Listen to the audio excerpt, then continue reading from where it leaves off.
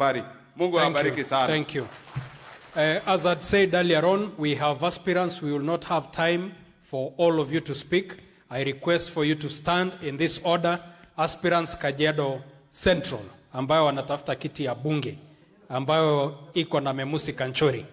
Iko Mheshimiwa Kwesi hapo, tulimenyana na yeye 2017 Jubilee candidate. Mumpigie makofi. Narok County MP aspirants, thank you very much. Tuwapigie makofi, ni wengi sana, asanteni. Narok, Laikipia County, majina watambuliwe. Haya, tuko, sema jina yako, I will just pronounce your name loudly from here. And which constituency? Saroni? Dr. Solomon Muntet? Narok East. Okay, Narok East. MP. Saroni?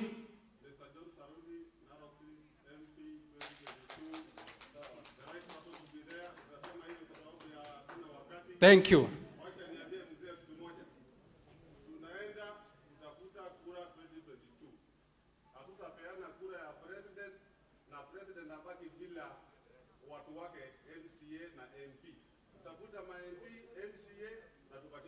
Thank you. Thank you very much, Saruni. Susu Award.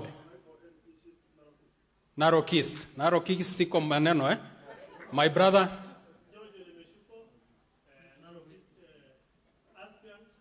Narok East. Thank you. Narok East, very good. Thank you.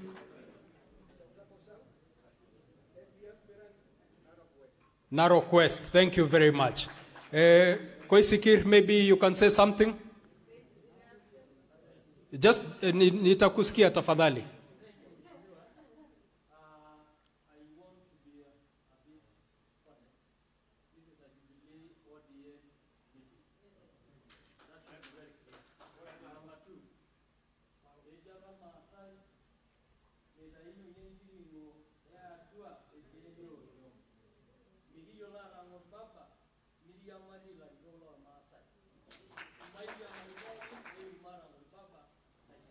Thank you. Thank you very much. We will put our differences aside for the sake of our nation. Our differences are sharp, but they are not as big as the nation. But we want to guarantee you as your leaders, we will put our differences aside as leaders to rally behind the Right Honorable Raila Odinga. We have my brother, Tim. Yes. Narok North held by Mheshimiwa Kenta. Yes. Yes. Kenta has refused to be promoted by thank you. Asante sana, my brother. Now we want to...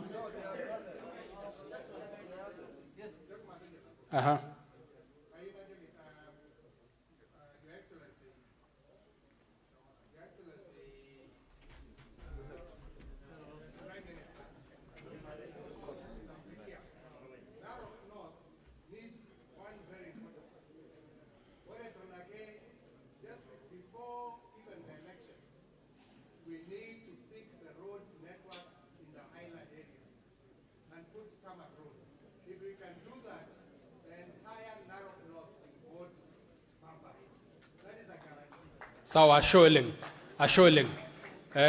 Yes?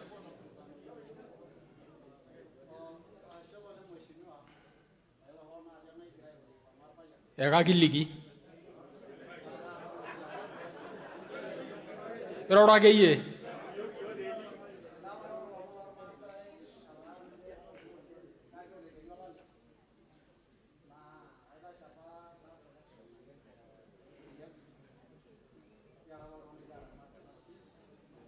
Bado huyo ni candidate wa Narok East.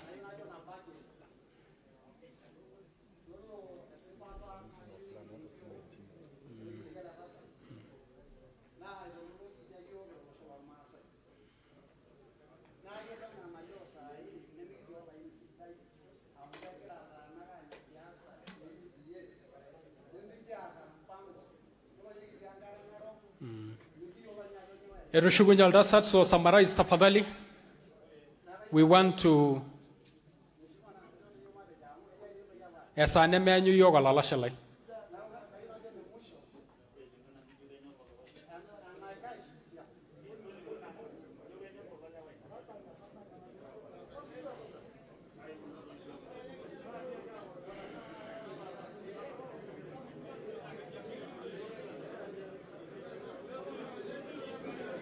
Okay, Asholeng, tuko na ndugu yetu huko nyuma.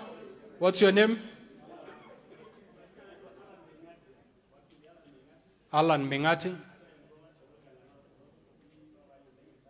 Narok North.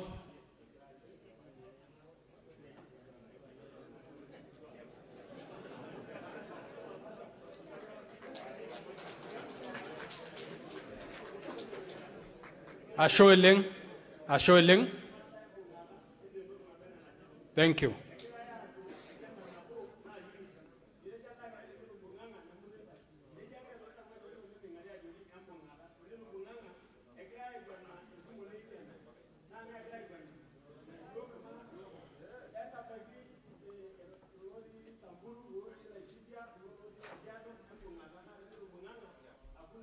Ashe. Asholeng, tumpigie makofi. Tuko na MCA aspirants. Wako, tufanyie hivi mkono, tufanyie hivyo mkono. Bunge.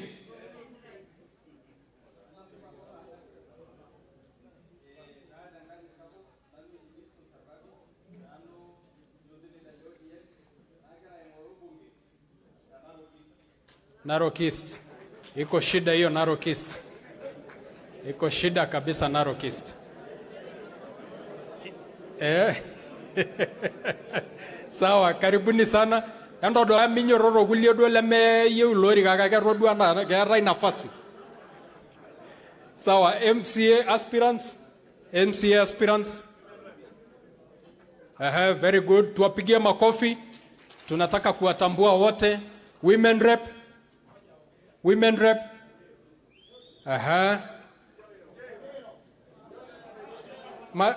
Maesh Musai. Amoge yuna yolta sanero. We are live. Right now we are live. So tafadhali, we had given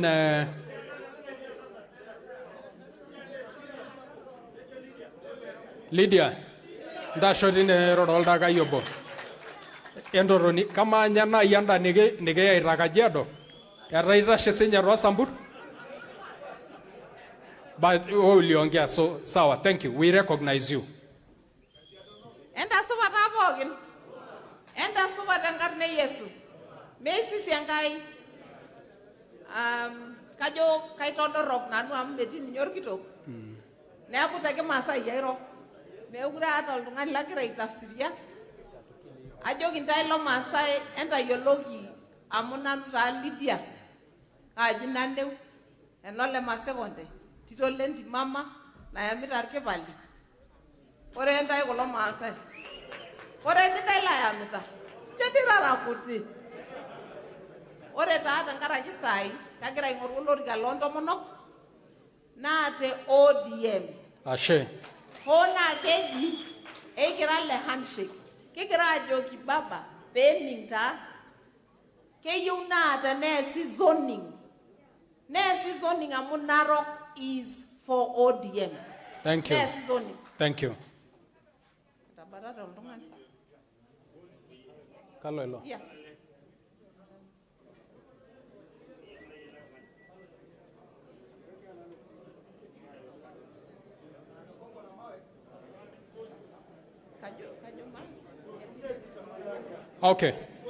Okay. Sawa, tuendelee anaeleweka ni hali ambayo ako nayo. Tafadhali. Kuna jambo moja ningependa kusema. Yes. Wakati unaona kama Narok East candidates ni wengi. Yes. Candidates ni wengi wameudhika na serikali ambayo iko sahihi. Yes. Lakini wakibai for these seats na waende nominations, musitupe watu wenu. ODM isitupe watu wetu. Thank you. Wale wamesimama na sisi washikwe hata baadaye. Tumpigie makofi Lydia. Tuko na aspirants wa other seats kama Senate, Kajiado County Senate. Inua mkono hivyo tukupungie jina tu. Ukienda kwa microphone my friend. Kwa dakika moja tu kwa sababu tuko nyumbani. Mimi kwa majina naitwa Brian Olesekento. Katika ile uchaguzi inakuja kwa neema ya Mwenyezi Mungu, kwa maana pia mumesikia Rieng ni vijana, mimi nitakuwa seneta ya Kajiado County. Thank you very much. Na nataka kuambia baba pia, kwa sababu sisi ndio majority katika hii nchi, naomba ufanye kazi na vijana, na hiyo certificate ya senate ya Kajiado niweke na kuja kuchukua. Asante. Haipeanangwe namna hiyo, lakini karibu sana. Kajiado North aspirants, kwa mkono peke yake tafadhali, kwa mkono peke yake. Thank you very much. Tuwapigie makofi, tunawatambua kabisa. Senator pia wa Kajiado County wale paita tumekutambua. Asante sana. Sasa kwa nafasi hii tunampatia Bill Conchela. Njoo tafadhali, zungumza kwa ufupi, and then we go to elected leaders. Munisamee tafadhali, masaa haitungoji. Tumewatambua Senate Narok aspirants wote, tumewatambua tafadhali.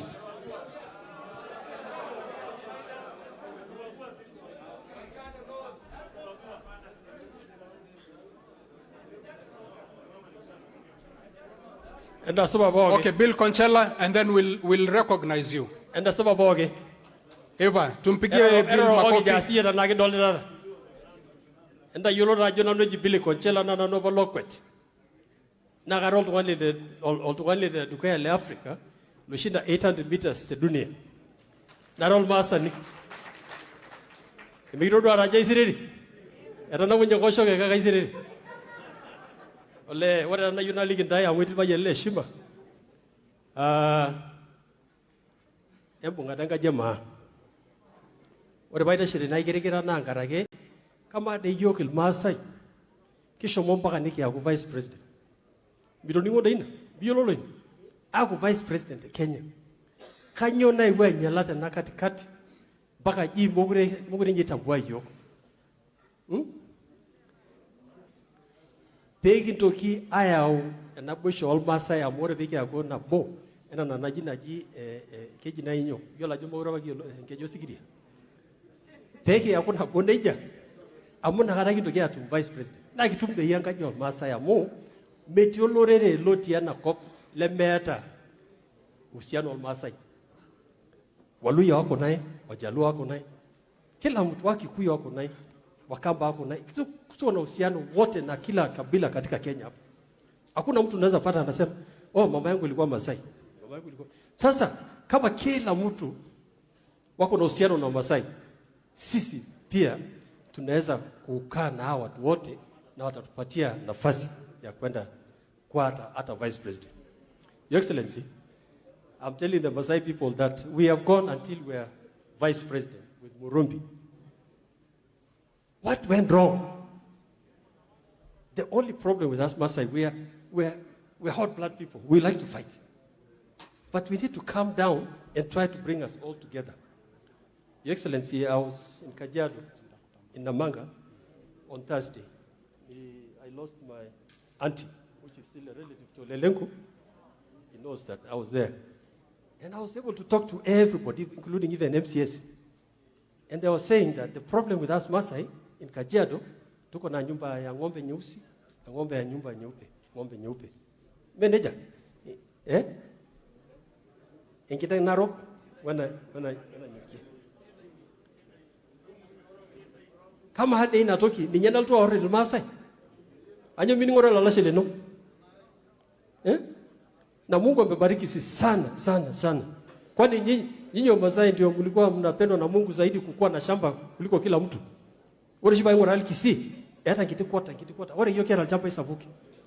Enyor yoka ngayo leng dato enyor yok na dato dikira ngayo Israeli. Ento nyor siaka ate. Ashe Bill.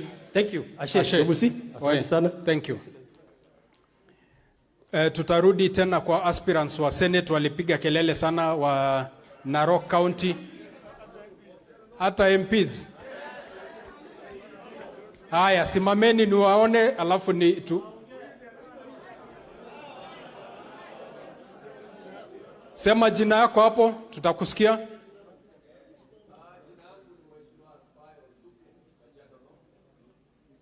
Alfayo Ochuke, Kajiado North, thank you. Kajiado North, thank you.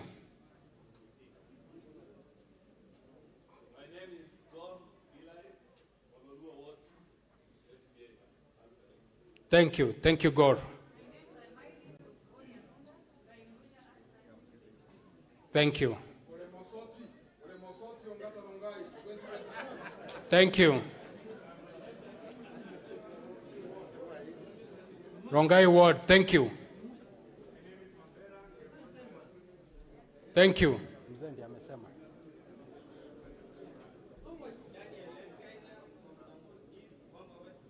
Thank you.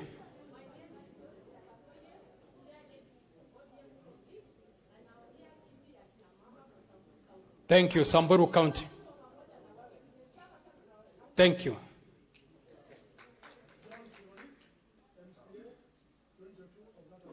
Thank you. Josh, thank you. Thank you, George. Nyangwasa.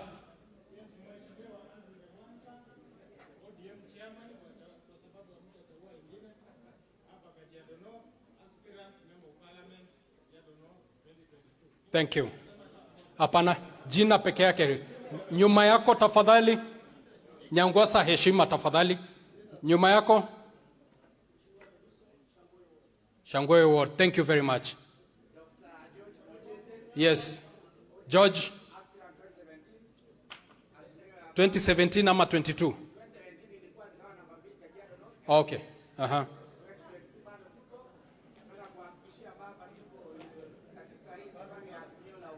Thank you. Asante. Azimio la umoja. Hiyo ndio tunataka kusikia. Thank you. Kajiado East, Mheshimiwa Sinket, thank you very much. There's still someone standing.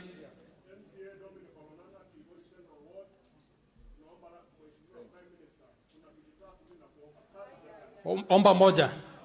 Omba moja.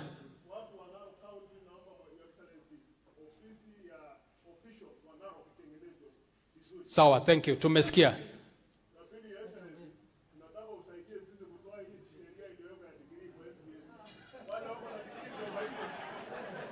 Asante.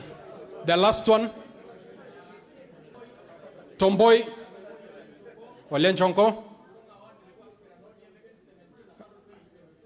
Yes. Chama iko imara. Asante sana.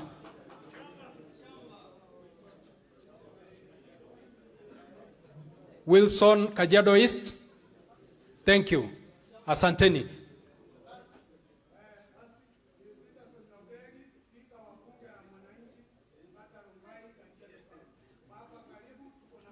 Thank you. Aya, asante.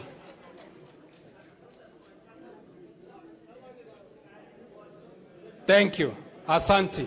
Eroro na iye. Jina haraka haraka. Alfred. Kajiado East. Alielezwa. Narok East, sorry. Narok East. Baba alielezwa, atakuja. Thank you very much. Tafadhali munisamehe kwa sababu ya masaa. Oh. Yes, my brother. Pole, kitu adol.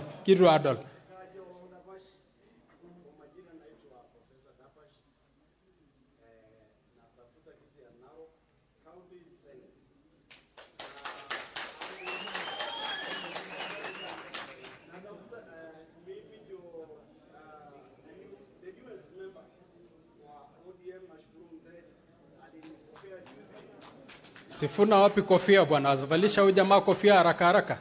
Ulishavalisha? Oh, thank you.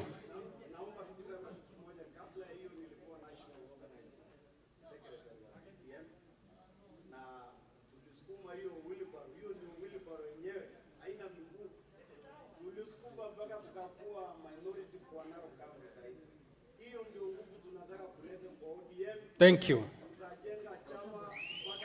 Asante. Tumpigie makofi. Thank you. No, tafadhali.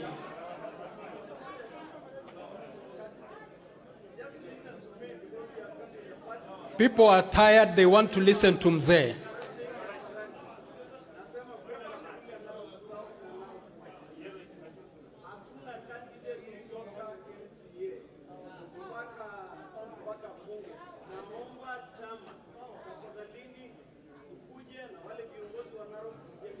Sawa sawa, thank you very much. CRA Commissioner Olesuji, 1 minute, not 2 minutes, 1 minute. And I've put a stopwatch. Tafadhali, 1 minute, nachukua microphone. Your Excellency. Skip the protocols, go to the point. Your Excellency, the Prime Minister, Governor Kajiado County, CS Tobiko, members of Parliament, Loma Sayanda Subabogi. Your Excellency, I requested to make just one request. As a commissioner of the Commission of Revenue Allocation, I joined the commission representing this community. In the Constitution, which we fought for, to ensure that there is fair distribution of resources, there is a small fund, equalization fund. I stand here, Your Excellency, to talk about the equalization fund. For the last 7 years, that fund has been accumulated at the consolidated fund. That fund needs to be unlocked so that the challenges the pastoralists have, maybe the challenges we have in Laikipia, water, and others, or the bridges that are breaking always in Narok North because of the rain, would have been fixed. Honorable Kendra, we know there is a bridge which is in the first term, he got some allocation, but that bridge is still hanging. It has not been done. My request is that the regulation is at the Senate. It was passed by the National Assembly. It's now at the Senate, and my brother Olakena is here. That fund, the regulation, I request that it passes through, and that fund be unlocked. And more important, Your Excellency, I said that fund has accumulated for the last 7 years, and it doesn't expire. We request that the second policy, which was done by CRA, expired in June. That policy needs to be extended for that period of 7 years that it has not been utilized, so that the people of entire Narok County are beneficiaries, the entire Samburu are beneficiaries. Thank you. The part of, you also are beneficiary. Yes. So don't cut me short. All pastoral areas. The entire all pastoralists. So that is a very critical, and it can help us, Your Excellency, to bring development to the pastoralists. Thank you. Last but not least, aspirants have been called. I've been sharing the national cake for the last 7 years at the national level. Your Excellency, I am in the race for Governor Narok County. Okay. Thank you. Thank you. You cleverly came as an aspirant, but hiding as a commissioner. It's all right. Aya, tukimbia haraka haraka. Mheshimiwa Kores, please.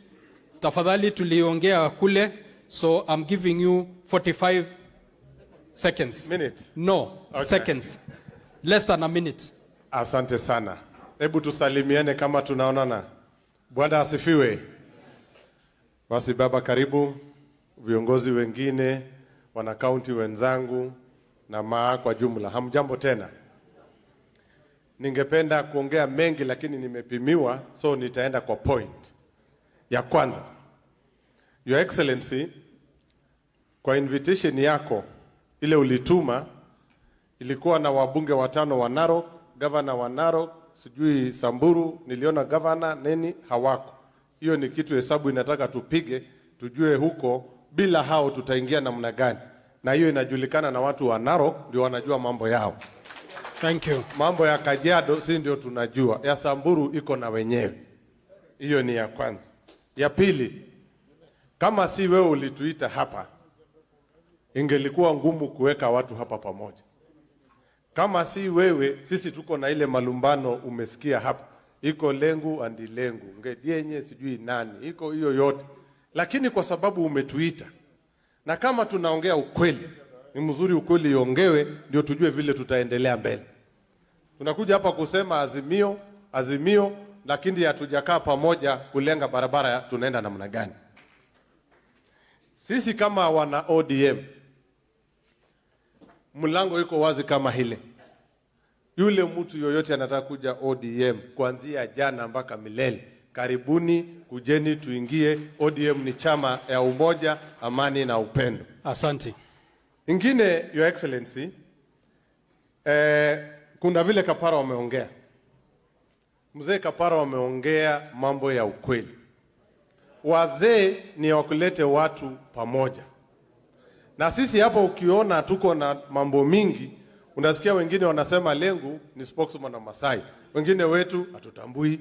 Iko Council of Elders, wengine hawatambui. Lakini ile kitu mimi naomba, kwa sababu yako, Council of Elders, Councilor mwenzangu, ni baba yangu, rudini hatua moja nyuma, tuketi wote, tuje pamoja, tuendelee kama kitu kimoja, ndio tuende hii safari pamoja.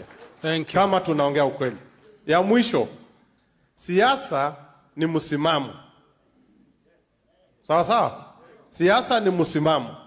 Kama tunasema hapa baba, jana ulikuwa na Musalia, mwingine iko na Kalonzo, mwingine iko na nani.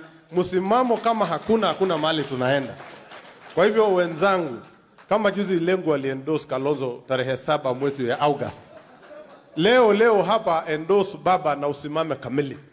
Alafu hiyo wakati ikikuja, mimi nasimama na ODM, sijui mwingine, kuja na wewe ODM, tuende mchujo, chama ni transparent. Thank you Mheshimiwa Kores. Azimio la umoja. Sisi tumeshukuru na tusongee kabisa, twende na hii kitu. Na baba yangu mimi nakuomba Walenjoe, mimi ninataka tukule lunch na wewe.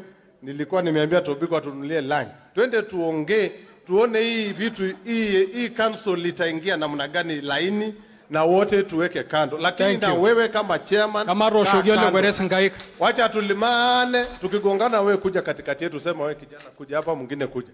Lakini ukija kusema tumesema hii na sisi tutasema ingine. Thank you. Asanteni na Mungu awabariki. Mheshimiwa Ngedianye, Dr. Ngedianye tafadhali. Speakers naomba tafadhali. Thank you. Speakers ninaomba tafadhali, let's not personalize issues. Let's talk about the unity of our nation. Sawa? Ile ingine watu ni wajanja sana, watajua vile watadeal na sisi. Your Excellency, former Prime Minister, CS wetu, Governor wetu, itifaki zote zimezingatiwa. Sina mengi ya kusema, mengi yamesemwa hapa. Kuna mambo mawili hapa. Unajua hata kama tumeingia siasa, pia tumesoma. Na unajua daktari anafanya analyze mapa. Nimeona iko mambo mawili tu muhimu. Kwanza kabisa ni mambo ya baba. Tunataka 2022 tuingize yeye Ikulu. Hebu nione kama kila mtu anasema namna hiyo. Very good. That is very clear. Issue number 2 ni baba, tunahitaji kusema how do we do that? Sisi wote hapa tunataka ndio tumuingize, lakini how tutafanya hivyo namna gani? Huko chini msijidanganye, things are not good. Watu wanakimbia huko na kofia ya yellow nini. Tunataka tuseme how do we take baba to State House? Tuingie huko mashinani. So hapa tupangeni vile, na baba nimekuomba tulipokuwa pale, nimeomba kwamba tukue na kikao kidogo ya Kajiado, tuseme Kajiado tutajipanga namna gani. Narok wakae kidogo wakueleze tutajipanga namna gani. Na Samburu namna hiyo. Tukifanya namna hiyo, we address the how, alafu tunapeleka baba Ikulu. Kama umesema ni sawa hiyo, hebu sema amen. Bas, nimemaliza. Asanteni sana, tumpigie Daktari Ngedianye makofi. Sasa tunaenda kwa wabunge. Mheshimiwa Ole Kenta, karibu sana. Endo shugyo Ole Kenta ngai. Mheshimiwa Kenta, karibu sana. Okay, amado kunorora nda sababu okay. Mengi yamesemwa na yote ambayo yamesemwa imesemwa kwa niaba yetu sisi wote. Your Excellency, Wamasai wako hapa. Na wale watu wako hapa ni viongozi wa Masai kutoka all places that Masais reside in. Kwa hivyo wakisema kitu wamesema, in fact I think it is more than 70% ya Wamasai ndio wamesema. Na hawa watu wamesimama na wewe. Wale wako na wewe walikuwa wako na uhuru. Sasa mko pamoja kweli? Kuna Masai ataenda mahali nyingine? Sisi tunajua ni nani rafiki yetu. Tunajua nani adui yetu. Na hatuwezi kwenda kwa adui tuacha marafiki. Tumekubaliana hivyo? Mnajua kuna mambo mengi ambayo yanatuhusu, ambayo yanatumiza.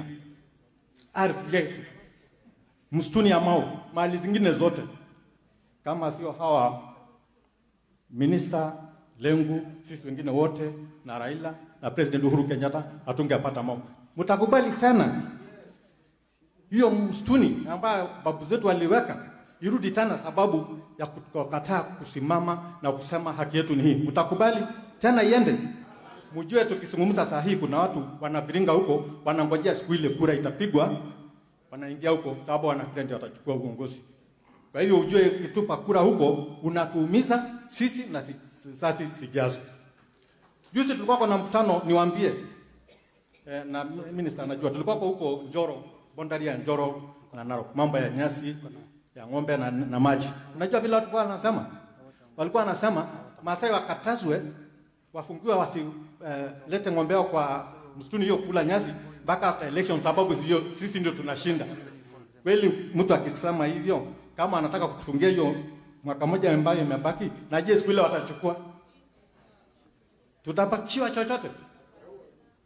Kwa hivyo sitaki kusema mengi sababu tumesema ile tunasema kama watu wa Narok, tukitoka hapa leo hakuna wakati tena. Twende tuandikishe watoto wetu ambao hawana kipande, tuchukue kura na jitayarishe wenyewe sababu tunajikinga wenyewe, sio mtu mwingine tunakinga. Ni maisha yetu na maisha yetu. Kwa hivyo tunahakikishia Mheshimiwa Raila, sisi tutatoka hapa kutoka Narok, tutaanza safari yetu. Hiyo mesi imebaki na tutakwambia kwamba tutakuletea kura mpaka ushangae sababu hatujai kukuacha, na tunajua pia tunapigania haki yetu pia. Kwa hivyo asante sana, Mungu abariki. Tutaenda kuzungumza zaidi, lakini kitu ambacho imesemekana ni umoja. Thank you. Umoja tafadhali. Thank you. Tumpigie Mheshimiwa Kenta mikono. Tuko na Mheshimiwa Paris, the Iron Lady. Mheshimiwa Paris.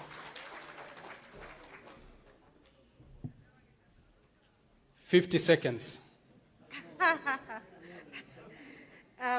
Your Excellency, the Prime Minister, Cabinet Secretary Tobiko, the Governor of Kajiado County, Ole Lengu, the senators present, and members of Parliament, members of the National Assembly, and all the other leaders, and Maa in general, and Asuva, Ata Baba Suva. Your Excellency, na ni vizuri Junet amekaa hapa. Ulisema ni azimio la umoja. Najua Kiswahili kweli si mdomo chetu. Azimio la umoja. Na mimi Your Excellency, sababu nilichelewa kidogo kwa ile mkutano ya viongozi. Lakini ile kidogo nilikuta Mheshimiwa Kenda akieleza zile viti tulifuata kama wabunge wa kitaifa za jamii hii yenye tulipokonywa. National Land Commission tulifuata kwa pamoja na hatukupewa. In fact, TSC Commission tulifuata kwa pamoja na hatukupewa. Tulifuata pia, Your Excellency, the Governor of Central Bank. Tulifuata kwa pamoja kutafutia ndugu yetu kutoka Samburu anaitwa Lesirma, hatukupata. Nataka kufuatilia Junet na usikie hii sana. Because mumesema tuko hapa kama handshake. Hatuko hapa kama ODM sababu sisi wengine ni watu wa Jubilee. Your Excellency, we want, let me remove this one. Your Excellency, we want and we pray that if indeed you're together with Uhuru Kenyatta, me, I come from Jubilee, but we have not received our fair share as a community from the Jubilee government. We have not received our fair share. Your Excellency, there are 9 months remaining. 9 months so that we go to the election. And the other day, Your Excellency, and it's good you're here and Junet is here, when the president came to Konza City, when the Kamba community was there from all the counties, I was seated, and I think I was the only person from Kajiado County who was there. Maybe I was there by default. But Your Excellency, I heard with my ears what the Kamba community was promised by the president. 10 roads, and they were told 10 tarmac roads, and all those roads are going to be started before Uhuru Kenyatta leaves the office.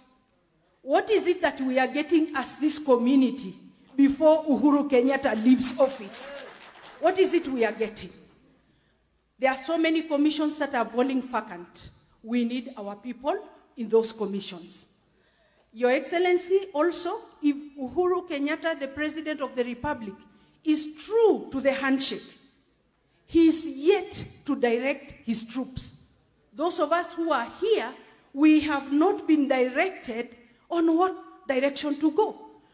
The President has had meetings with Central Kenya. He has had Sagana 1, Sagana 2, Sagana 3 to give direction to Central Kenya. The President is not the President of Central Kenya. He is the President of the Republic of Kenya. And we are here supporting him, supporting the handshake. Your Excellency, if you're friends, then let him call his people, his members of parliament, his supporters from the Jubilee Party and give us the right direction. Your Excellency, we thank you for trying to bring us together. Our local issues, we will deal with them at the local level. Thank you, Your Excellency. Thank you. Let's clap for Mheshimiwa Paris. There is really no doubt about the partnership that His Excellency, the President of the Republic of Kenya, has with our Prime Minister. We are all aware of the handshake, so it is not if. The handshake is there and it is alive. So sasa tunaenda Senator Narok County. Tafadhali Mheshimiwa Ledama. Mheshimiwa Ledama, 55 seconds. 55 seconds. Tafadhali. Your Excellency, we welcome your partnership. We're here today to deliberate on the next government, not the current government. This current government, Your Excellency, you're not part of the current government. When you spoke to us in the leaders' meeting, you talked about the private sector being an enabler to the economic development. What I would like to reiterate is that as you talk to us about this partnership, we want to be able to tell us what you will be able to do for us when you become the 5th President of the Republic of Kenya, because we are 100% sure that you will become the President of Kenya. These are the things that we in our community are prepared to do. And these are the resolutions. That is what we need. Number 3, I want to pledge here that I'm ready to work with you in this new outfit called Azimio la Umoja. The only way we can be united is by us telling you what we can be able to give you. We can stand here and lament that we have been neglected in this government. but we are alive to the fact that you do not play any role. And I want to plead with my brothers and sisters here that let us not demand so much from the fifth.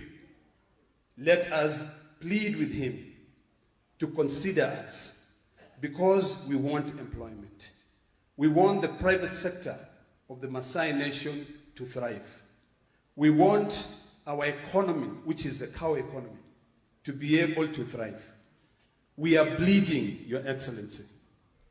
What is happening to our people in Laikipia is something which is bringing tears in our eyes every day. And we do hope that when you become president, because you will become, it is not if, we want to revisit the issue of those lease agreements so that our people can get back what is rightfully theirs. Your Excellency, the law provides a legal mechanism of solving these problems. We will fight in Parliament to ensure that we get that legal process so that our people can be able to be compensated from what was taken from them.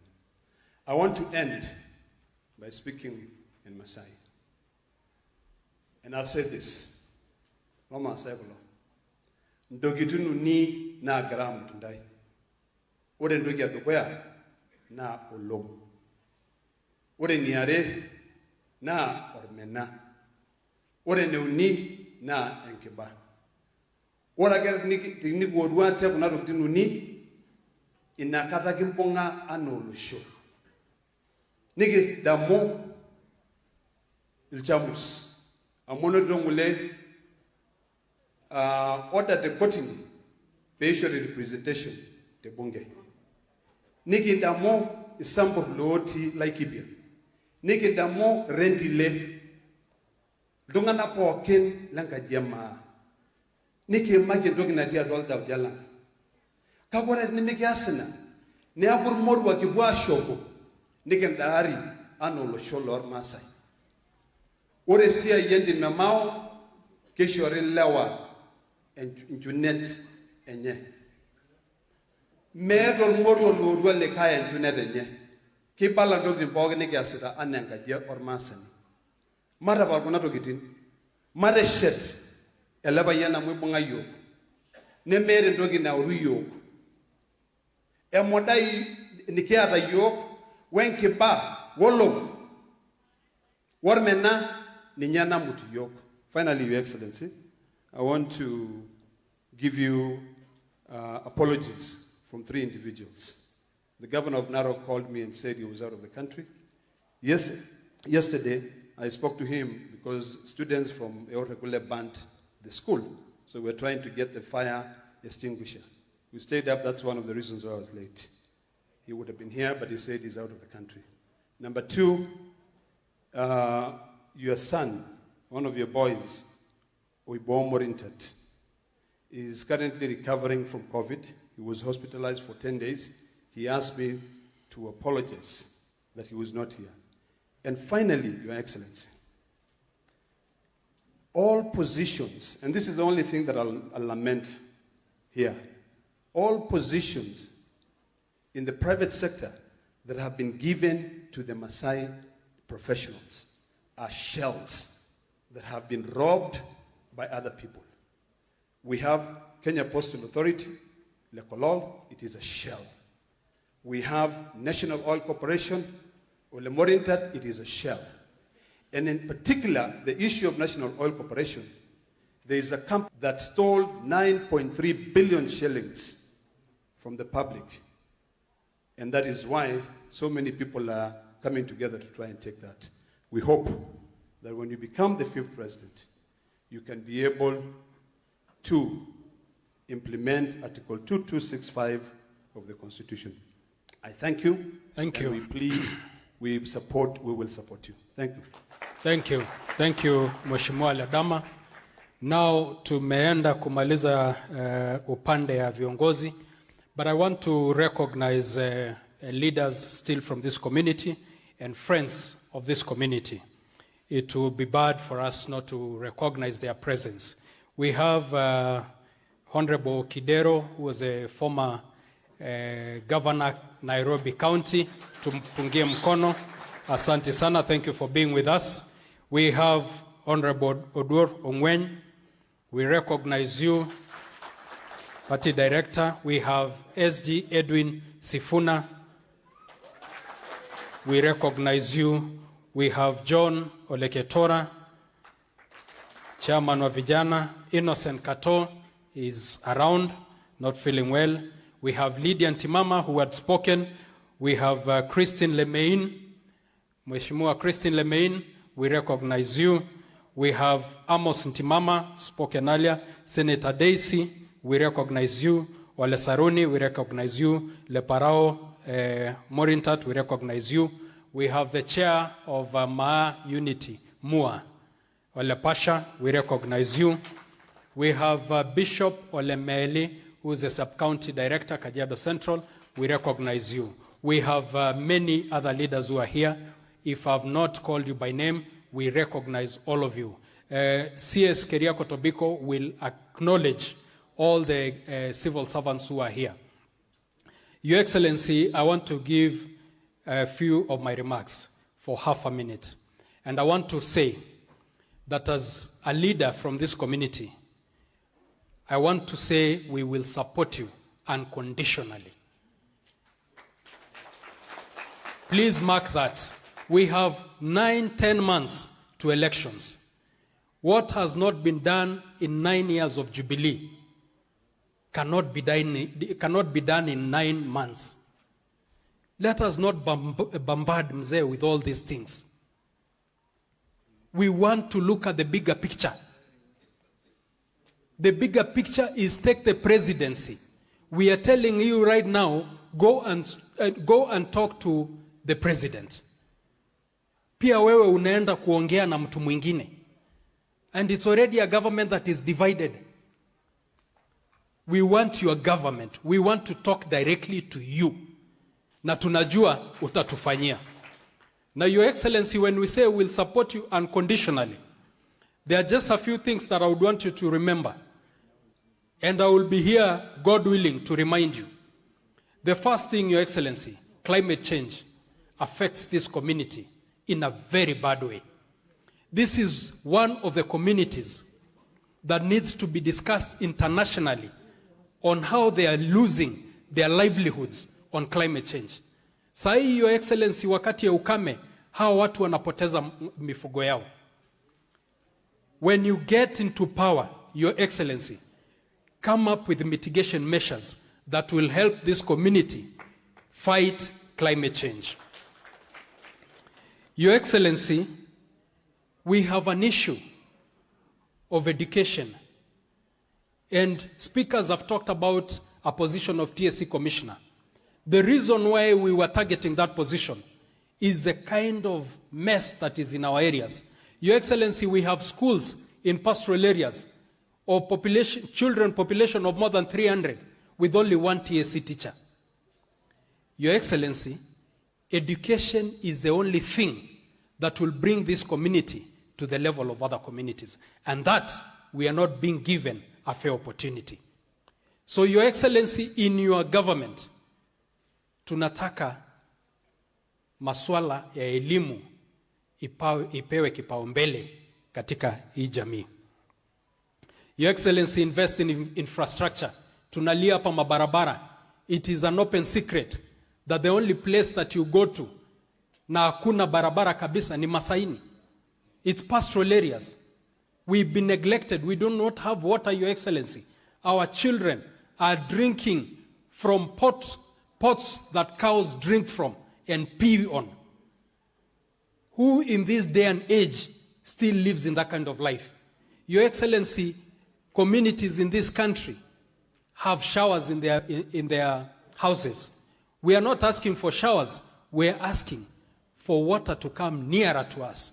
And Your Excellency, we understand that through BBI, more money was going to the grassroots. And we also take this opportunity to talk to our leaders who are governors. When you're given the opportunity to serve your people right. Because God will judge you one day if you do not do what is right to your people. Because saa zingine pesa iko, but haiendi vizuri. Your Excellency, lastly, the issue that affects the entire country is the issue of corruption. When you take up power, Your Excellency, deal with this issue once and for all. I do not understand how we can watch as a country for our people to go without medicine, without basic necessities, just because leaders must loot to satisfy their greed that is never ending.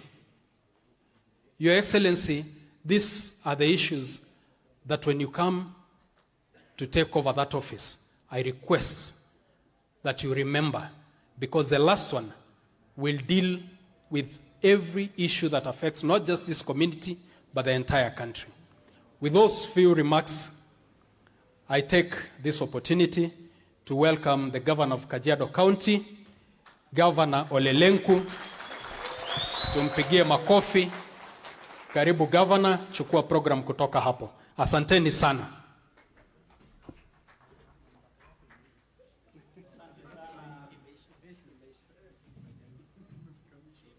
Asante sana Mheshimiwa Mwengusi for your MC-ship, if there is such a word. Prime Minister Raila Odinga, Waziri Keriako Tobiko, wabunge wetu wa Senate na National Assembly, maafisa mashuhuri wa serikali, mzee wetu Kaparo, ndugu jamii yetu ya Wamasai, habari za mchana. Andasuba la Maasai lang. Andasuba nanga igil. Mheshimiwa Prime Minister, tunaenda kumalizia kikao sasa. Kwa heshima yako, tuko na viongozi wetu ambayo itaomba kuwakaribisha, watusemee kwa ufupi, halafu nikukaribishe usungumze na watu wako. Nimuombe mzee wetu Kaparo, naomba hiyo maiki tayarishwe, aseme nasi. Ndugu Kidero, karibu Kajiado.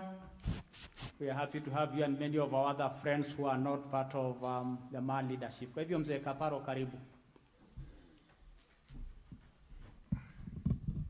Ndo shogidalda sa tingai wala Kaparo. Anagoroliki na bandai order. Ametil tonga napo tile madamu order. Mzee karibu. Order Governor. Mimi sijazoea kupigiwa makofi, kwa sababu wakati Kaparo alikuwa Kaparo, nauliza kina Sangori, hata Mheshimiwa Prime Minister, nikiingia wote wanasimama na kunyamaza. Kwa hivyo hali hiyo ndio mimi nimezoea. Mambo ya nidhamu ndio mnaita order, na nilimiliki mimi, bado niko nayo.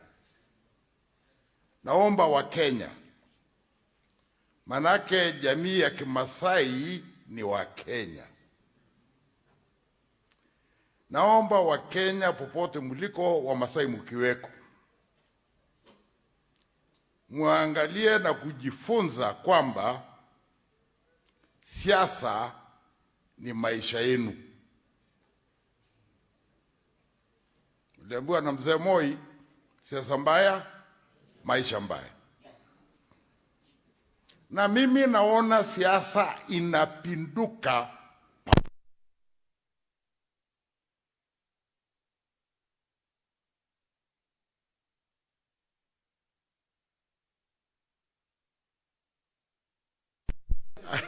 Mwenyezi Mungu amenipa sauti ya kutosha, imerudi, lakini bado.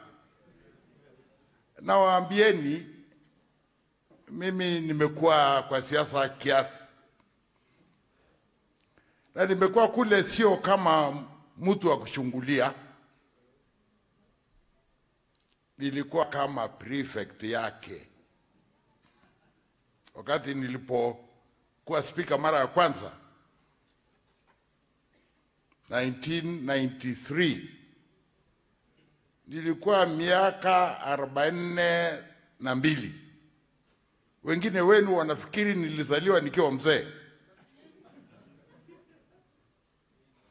The youngest speaker then in the Commonwealth. Na nilikuwa na huyu Right Honorable na marehemu baba yake kwa bunge hiyo, na viongozi wengine wote mashuhuri, kina Matiba, George Thenge marehemu juzi, kina Shikuku, wote watajika. Na tulifika kwa pahali hiyo kupata multiparty, tulipitia njia ngumu. Watu walipigwa, wengine walifungwa, wengine walikufa. Lakini wakati tulipokuja, mimi nilichaguliwa na KANU peke yake. Hawa wajamaa wengine hawakunichagua. Mara 3 KANU, nashinda na 1% tu, pengine kura 2, pengine 3. Manake hiyo ndio ilikuwa chuki iliyokuweko kwa nchi. Baada ya miaka 5, unajua nilikuwa na 50% mwaka wa kwanza 93. 5 years later I had 83%. Nilipata ya serikali na wengi ya opposition. Manake pamoja tulitoa chuki kati ya watu wetu. Na wasumbua ama?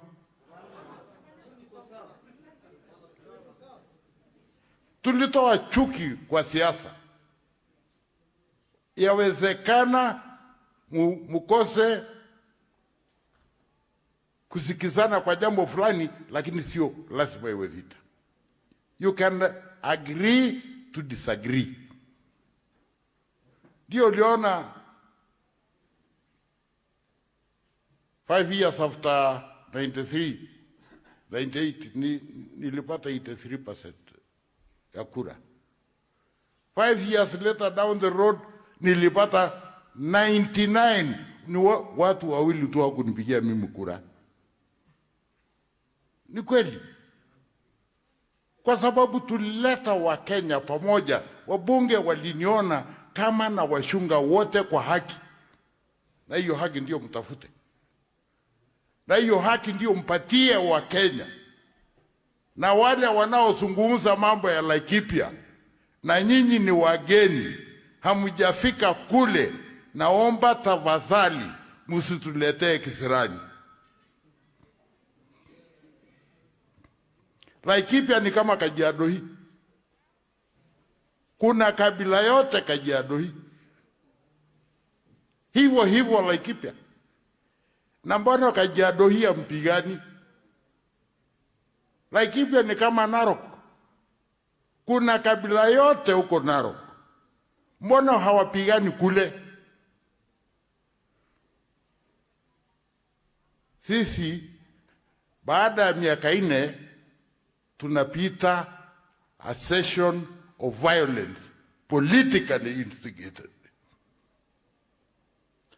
Na kabla hamjajua mambo inatusuru kule, kwendeni mkajue kwanza.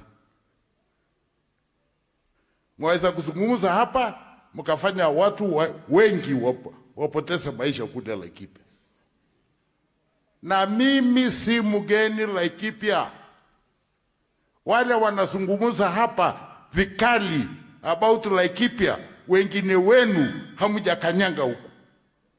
Na wengine ni visitors, walikuja juzi tu. Hata tukawa wakarimu tukapatia madaraka.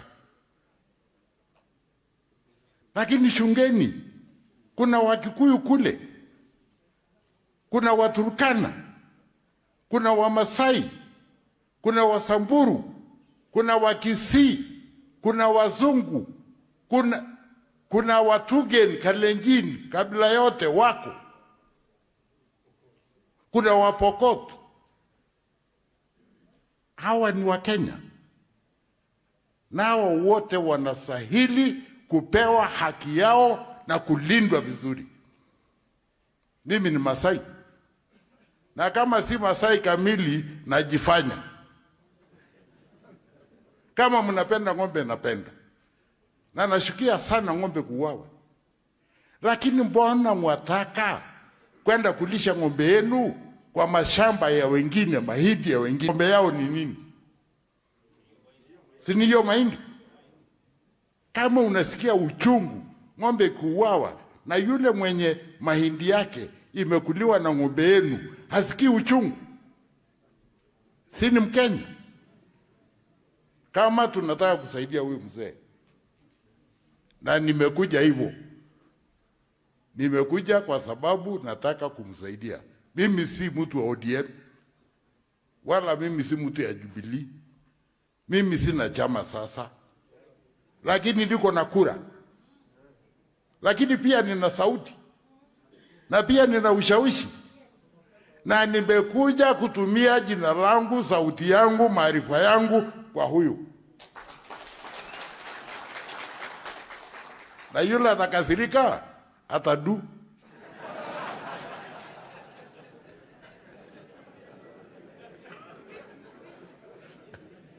Sasa wengine tuliwasaidia wakati ile ingine. Tuliambiwa tunatengeneza serikali ya wafugaji. Tukatembea Kenya mzima, sisi wafugaji, hata ng'ombe zetu tulikula. Dini baada ya hawa kukamata serikali, wafugaji walisaulika. Mimi nikawa moja yao ya kusauliwa. But I'm okay. And this is also a message a message I want to send to our politicians. And the message is this: there is life after politics. And if you have a doubt, please have a good look at me. And Sankori, I'm not thinner than I was when I was speaker. Yeah. And I am not less better dressed than I was that time. You don't have to kill people to get a political seat. You don't have to. You must allow Kenyans to live to vote for you alive, because dead people can't vote for you.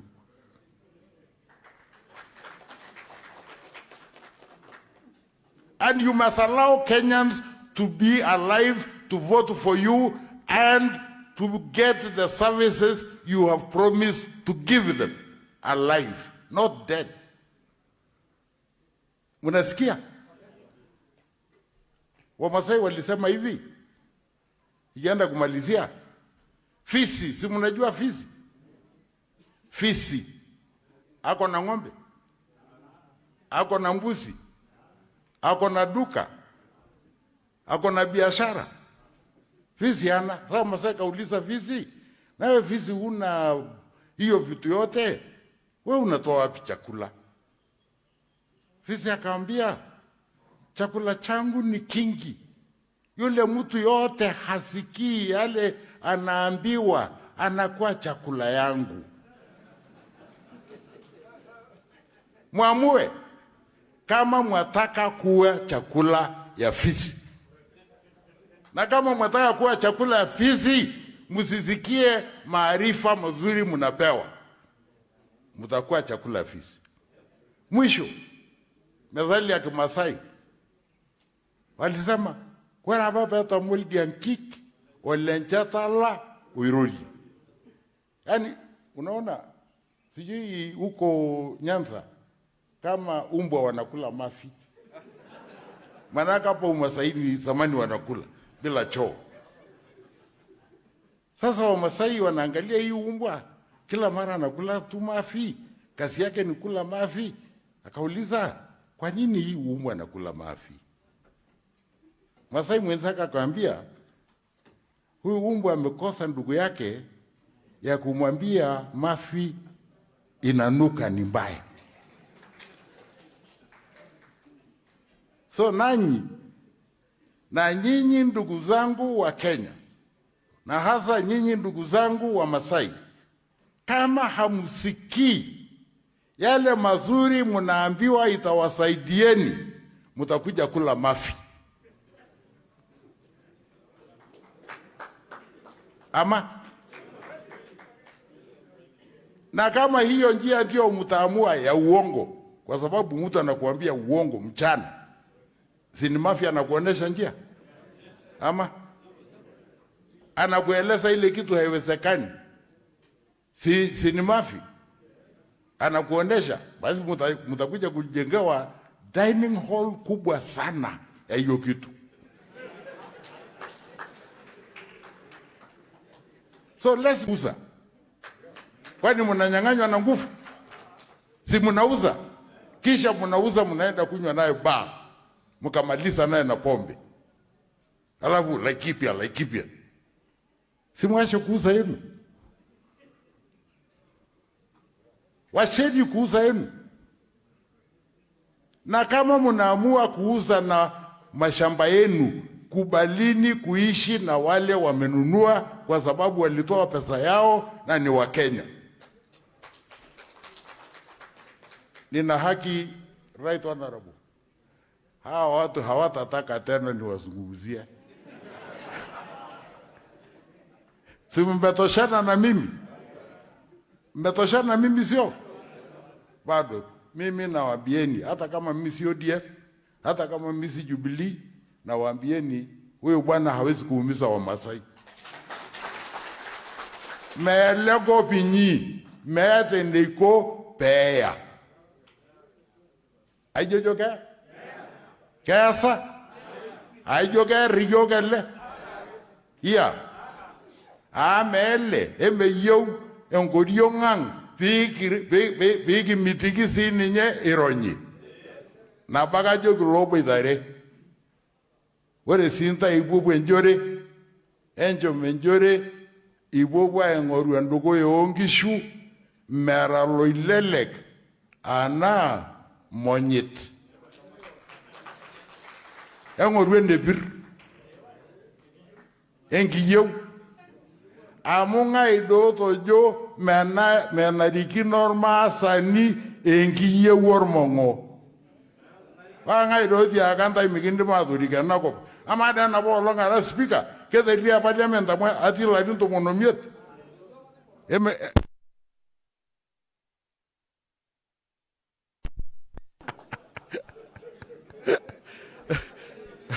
Mewotiki nar.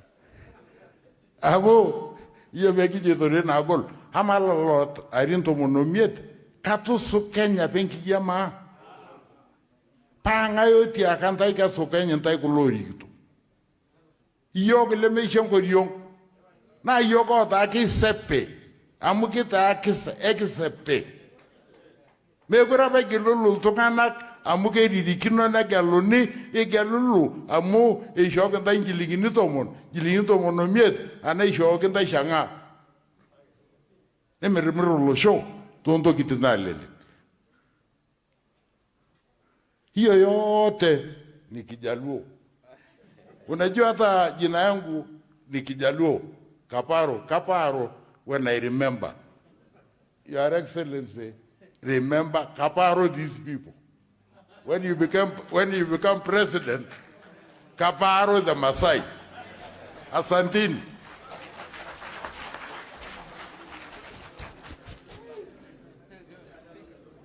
Asante sana Speaker Kaparo. Basi nafikiri wapendwa, tukienda kumalizia, ni muombe waziri wetu Tobiko akuje atambulishe ofisa wa serikali atusemee, alafu tusonge mbele. Karibu waziri. Ashira. Asante sana Governor Olelengu. Lama sai eraro kitandai. Bwana Yesu asifiwe. Mrs. Yolaitoriani. Kaito doroba mo kirorona I tendumola riko kniako nama United dornoro loiroro neteseba. Right Honorable the former Prime Minister Raila Odinga, all the leaders, tuko hapa kama wafanyikazi wa serikali ofisi za juu, na ningewaomba, najua wengi wao wako hapa, wengine wameenda juu za kazi fulani fulani. Na kwanza niko na apologies ya PS Sunguli ambaye yako TZ, PS Torome, lakini niko na wenzangu. Naomba tu wasimame waonekane. Najua wengi wao wameshazungumza anyway. So PS Lesiyambe, PS Musuni, Odesuji, Chairman Ole Mwanik, Professor Olesho, Margaret Lesuda, this is Keriolale. I thought wewe ni mtu wa East na unatoka like Keriolale. Lydia and Mama Morindat. Yeah, so that's Nok. Lemeshuko, that's the National Constituency Fund. Kirgotin and Duguetu. And also Lebari, is the chairman of the Post Bank. Yes. Mundet? Yes? Sorry? Dr. Mundet, yes. Yes, wapi? Narrow County, indeed. Yeah, oh, sorry. I apologize. Yeah, oh, yes, indeed. The chair of the Nyayo T-Zone. So. Mpigie makofi. Maybe tafadhali mujitambulishe kwa kifu haraka. Asante.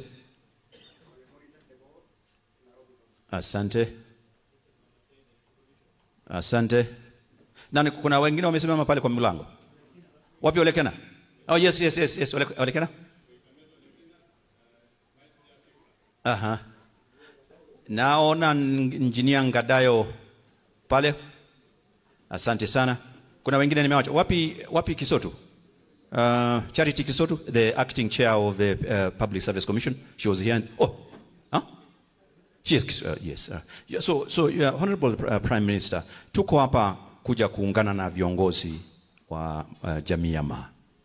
Na viongozi ni wale ambao wamechaguliwa na viongozi wale ambao pia wako maofisi za serikali kubwa. Kuna wale ambao nasikia huko kando huko sio hapa. Nafikiri viongozi wetu wamefurahi sana tuko hapa pamoja kushirikiana kubadilishana maoni. Kuna wale nje pale wanauliza lakini wafanyikazi wa serikali wanafanya nini kwa mkutano ya siasa? Lakini mzee Kaparo amewajibu vile Moi pia alijibu, alisema nini? Siasa mbaya, maisha mbaya. Na maisha ikiharibika, wale wako serikalini, wale hawako, si kila mtu ataumia.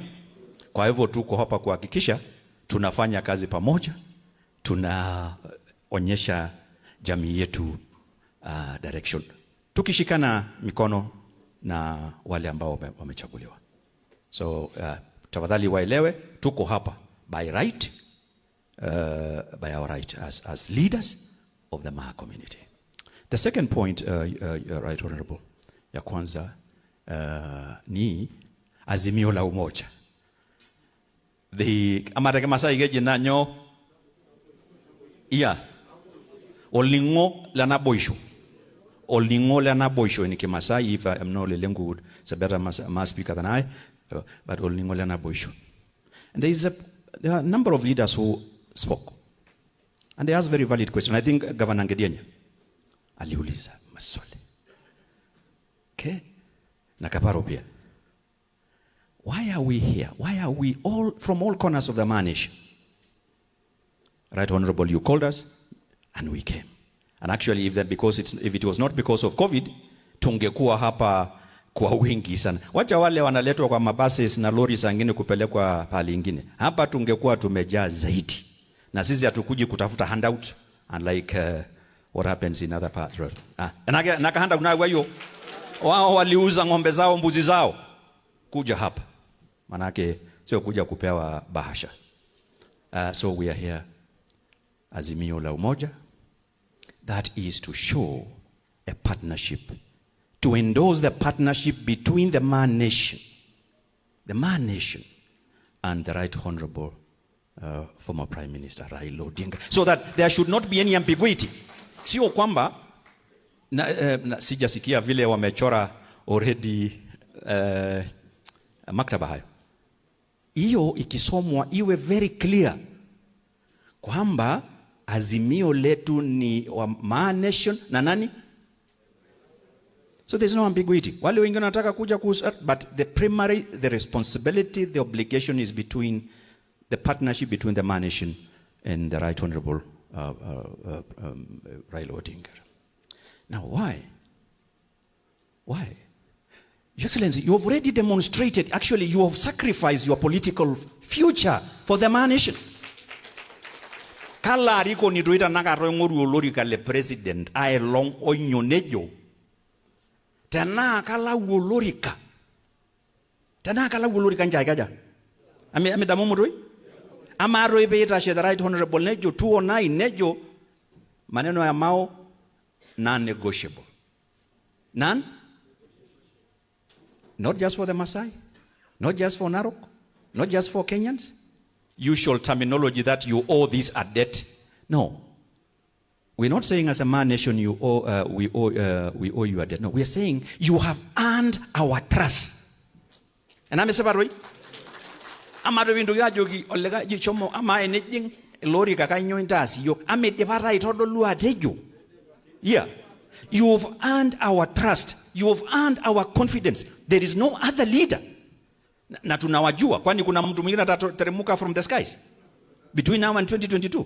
We know who they are. All right? We know that some of them have been involved in activities that marginalize the Maa Nation. They have been involved in acts of corruption and land grabbing. You heard about the Murumbi land and others. I don't want to personalize all these. So, Your Excellency, you already have earned our trust. There is no better choice. There is actually, for us as a Maa Nation, there is no other choice. So all what we ask, Right Honorable Prime Minister, is one, let's go together. As we negotiate, because now there is a table, there is going to be the table.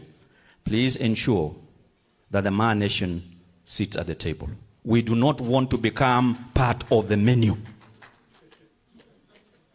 And that we trust you to do. And finally, on the issue of Maa unity, I agree.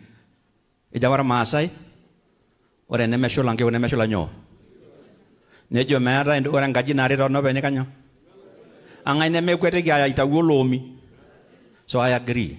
Now mon Council of Elders. Mzole Njoe, tulisimama na wewe, na Ole Kenda, na wengine tukipigania Mao. Wewe sasa ndio chair wa Council of Elders.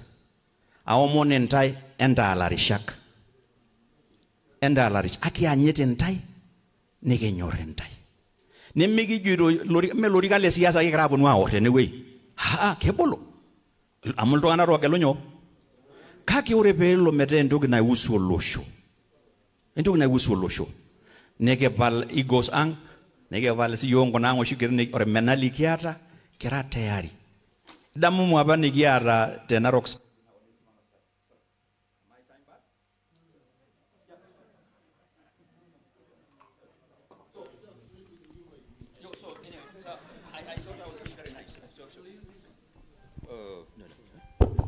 So, Nabo Sholosho, Kinjonda Jukum.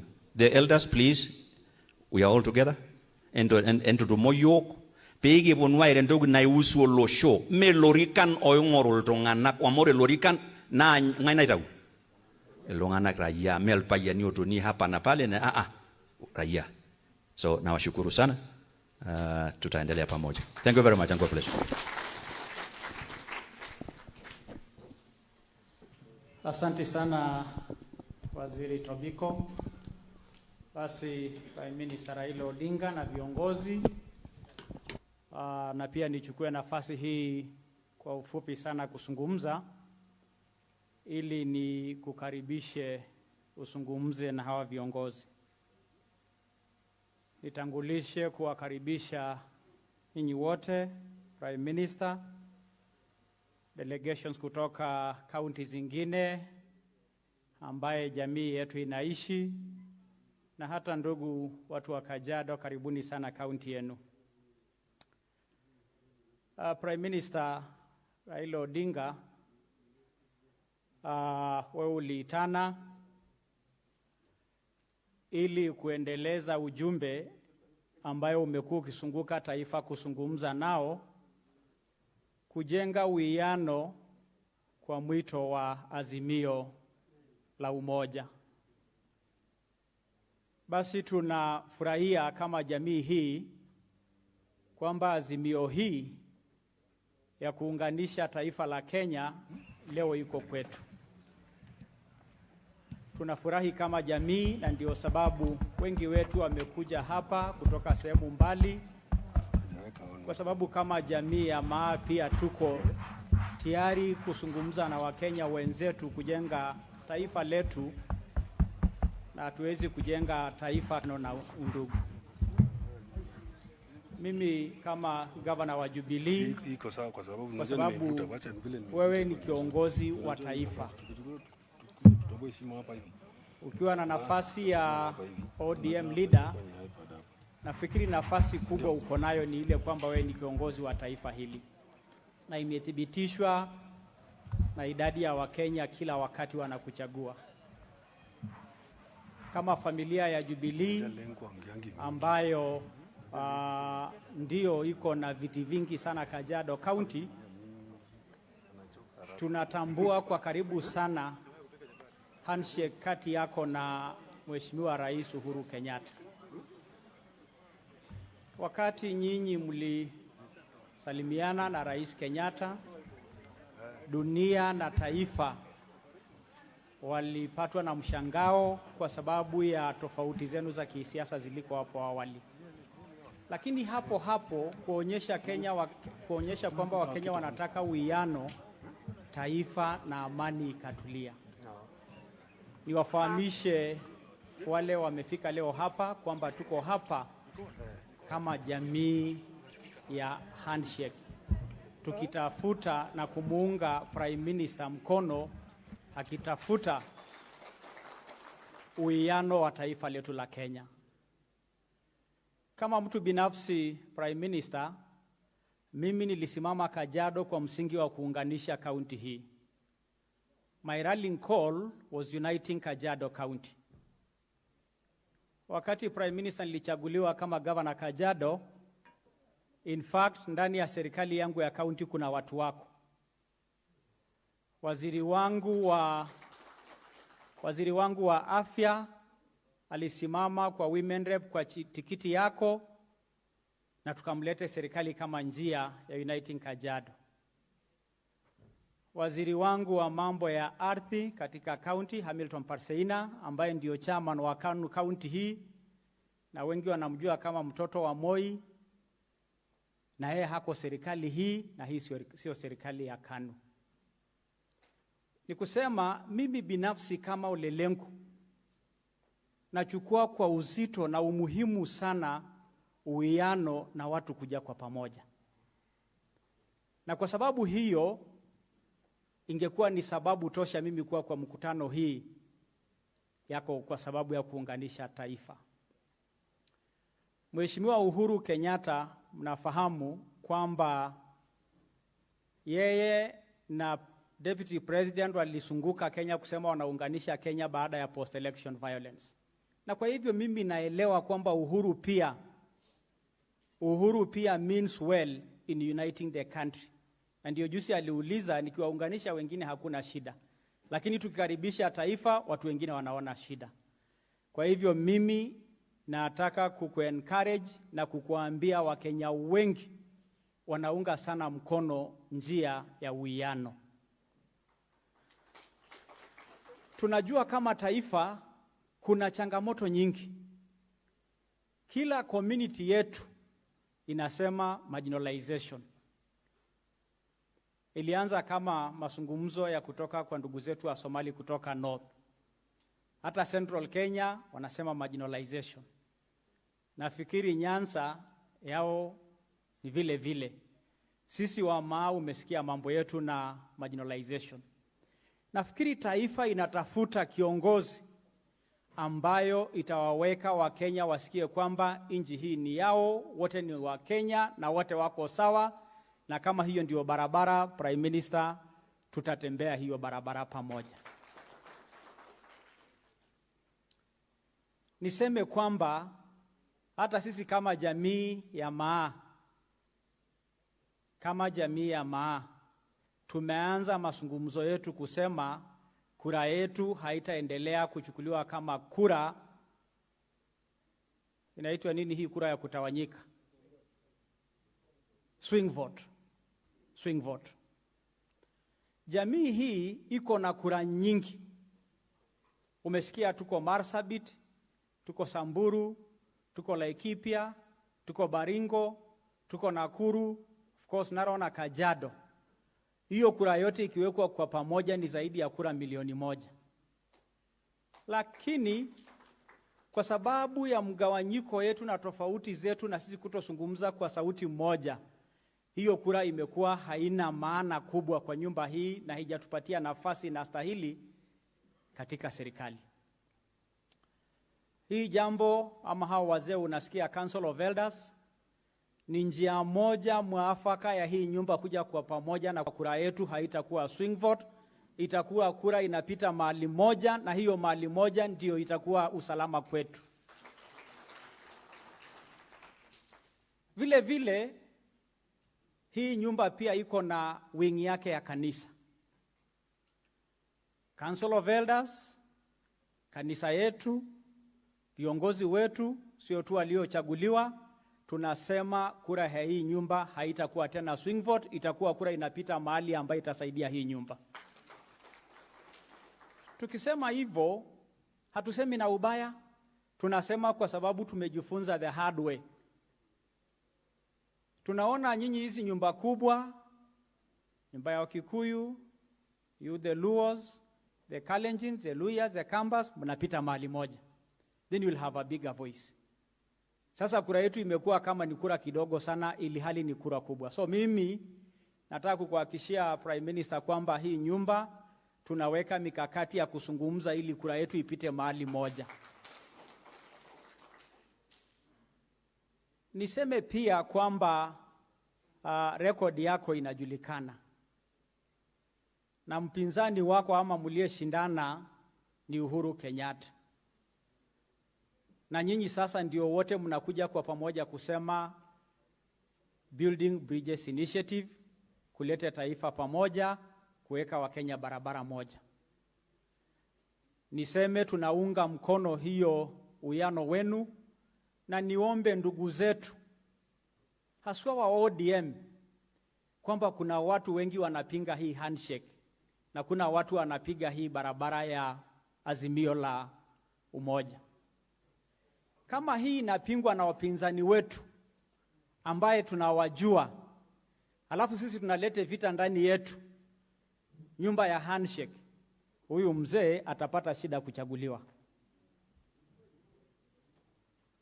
Tukianza kuja kuweka siri kutukana na sisi na sisi ni nyumba moja, hiyo itasaidia Raila ama itamwangusha? Itamwangusha. So Prime Minister, sisi we have come in good faith. We respect your position as a national and an African statesman.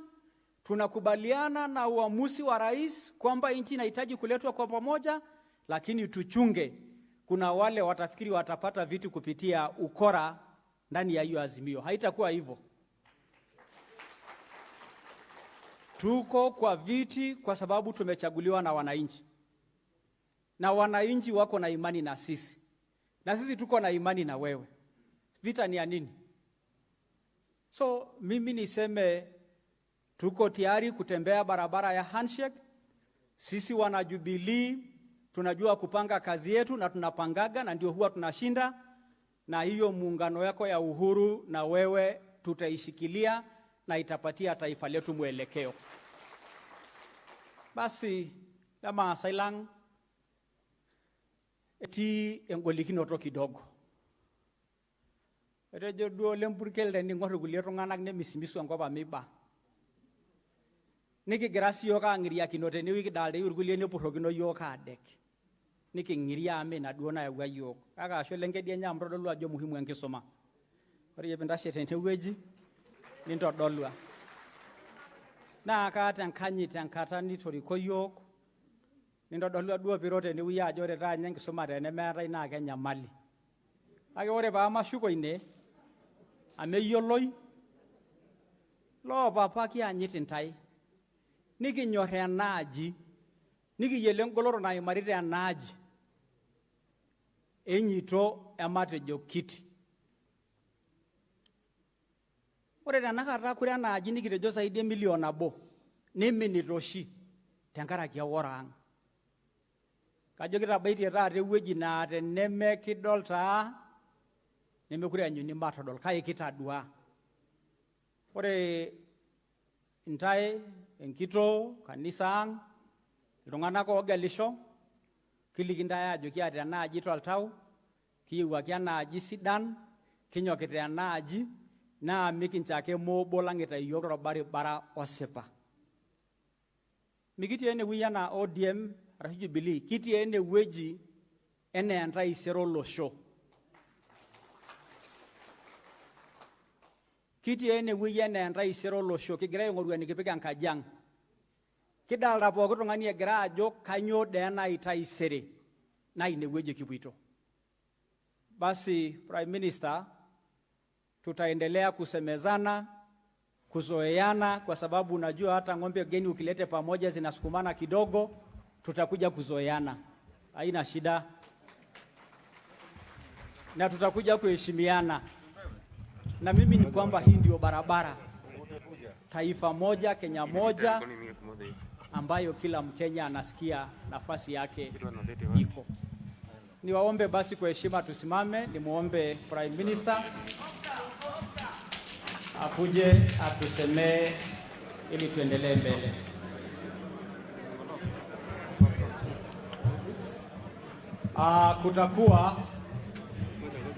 Kutakuwa na resolution ambayo itasomwa baada ya baba kutuzungumzia. Asanteni sana. Thank you very much.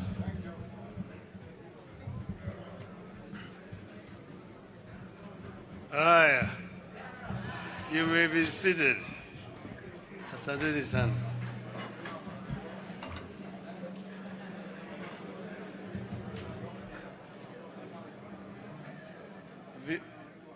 Viongozi wa Maa, enda soba bogin. Asholing. Mrs. Yesu. Mrs. Yesu. Asanteni sana. Mimi niliona mmekaa sana ni sababu nikaona msimame kidogo alafu mketi chini. Lakini nataka kwanza kutoa shukrani kwa viongozi na kwa wale wote ambao walishughulikia ili hii mkutano ifanyike siku ya leo. Wengine wanakumbuka tulipokuwa huko Narok katika mazishi ya Mama Dorcas Ntimama. Niliongea kule na nilikuwa naenda safari siku hiyo. Nikaongea na nikatoka haraka ili nije Nairobi nipate ndege ya kwenda huko Dubai. Lakini pale mimi nilisema ati hivi karibuni nitaandaa mkutano ya viongozi wa Maa ili tuketi chini tuweze kuzungumza mambo ambayo yanahusu nchi yetu, yale ambayo yanahusu jamii ya Maa na kadhalika. Na maana yake niliambiwa ya kwamba kulikuwa na mvurutano hapa na pale, hakuna mtu ambaye anatambulika kama ndio kiongozi kamili, wanasiasa hapa na pale, na nikaona hii si mzuri. Zamani tulikuwa tunakaa na marehemu mzee William Ole Ntimama na mzee John King. Na wazee wamenifundisha mambo mengi sana juu ya mila ya jamii ya Maa. Na historia na kila kitu. Kwa mimi najua hata communities tofauti katika Maa, mimi najua yote. Na mimi nikaona wakati imefika tuko hapa tuketi chini tuongee kwa uwazi zaidi. Na mimi natoa shukrani kwa wale ambao wamepata fursa ya kuongea. Wameongea kwa niaba ya wale ambao hawakupata nafasi. Nimeona hapa mmeleta hapa viongozi wa vijana wameongea, nimeona wamama wameongea, wazee wameongea, wale professionals wameongea, watu wa serikali, utumishi wa umma wameongea, na wanasiasa vile vile wamekohoa. Kwa hivyo sasa hii picha imeonekana, ama sivyo? Imeonekana vizuri sana. Na juzi nilienda Nakuru. Nilipokwenda Nakuru pale mimi nikaongea na taifa la Kenya. Na pale ndio mimi nilitoa wito ya azimio ya umoja. Ati nchi haiwezi kuendelea kama watu wamegawanyika kwa msingi ya kikabila, kwa msingi ya kijinsia, kwa upande ya dini na kadhalika. Na hiyo sio mimi ndio nilikuwa nasema. Nimeangalia taifa letu kule tumeanza mpaka pale tuko sasa. Na waanzilishi wa taifa letu walitambua hii mambo ya umoja. Ndio sababu naona wimbo yetu ya taifa inaanza kwanza inasema, God bless this land of ours. Justice be our shield and defender. May we dwell in unity, peace and liberty. Plenty be found within our borders. Kwa Kiswahili, unity inaitwa undugu. Tukae na undugu, amani na umoja. Na raha tupate na ustawi. Sio hivyo, hii ni wale ndio walitambua umoja ni muhimu sana kwa taifa. Wakenya wanapigana kwa msingi ya kikabila. Ukienda kila mahali wakabila wanalia sisi tumebaguliwa. Kwa upande ya ajira watu wetu hakuna kwa serikali. Kwa upande ya maendeleo hakuna pande hii. Miundo msingi hatuna, mabarabara ni mbaya. Mambo ya stima sisi hatujui, maji hakuna na kadhalika. Kwa upande ya elimu, kwa upande ya matibabu na kadhalika. Kwa sababu nilisema tuongee na mmeongea vizuri. Sasa mimi niko na maneno machache nataka kusoma kwa Kimombo. Maana najua nyinyi nyote ni wote ambao wamesoma. Let me begin by thanking you, first the Cabinet Secretary, Kyriakos Tobiko, the Excellency Governor Olelenku, and for working together to convene this meeting. This is the third meeting in the series aimed at creating a strong sense of unity in the country under the auspices of Azimio la Umoja as we head to the 2022 general elections. We recognize the need to bring all the competing interests in the country onto one table and agreeing on how to tackle them ahead of the elections next year and elections beyond. And nobody should feel ashamed that we are meeting as regions and even as ethnic groups. Kenya is made up of regions and ethnic groups with diverse and sometimes conflicting interests. But Kenya belongs to all of us. We must begin thinking of how to build a country where citizens and leaders are free to pursue sectional interests, but still put the country's interests above their own. A country where one community or region does not gain at the expense of another. A country where the Maasai get what rightly belongs to them and the Kikuyu get what they deserve too. It is possible to build that kind of country. It is what we have set our eyes on. We are also doing this to create lasting unity and stability of the nation. We recognize that for prosperity and growth, we need unity and stability. No economic or governance model, however well crafted, can thrive in an environment of chaos, disunity, and instability.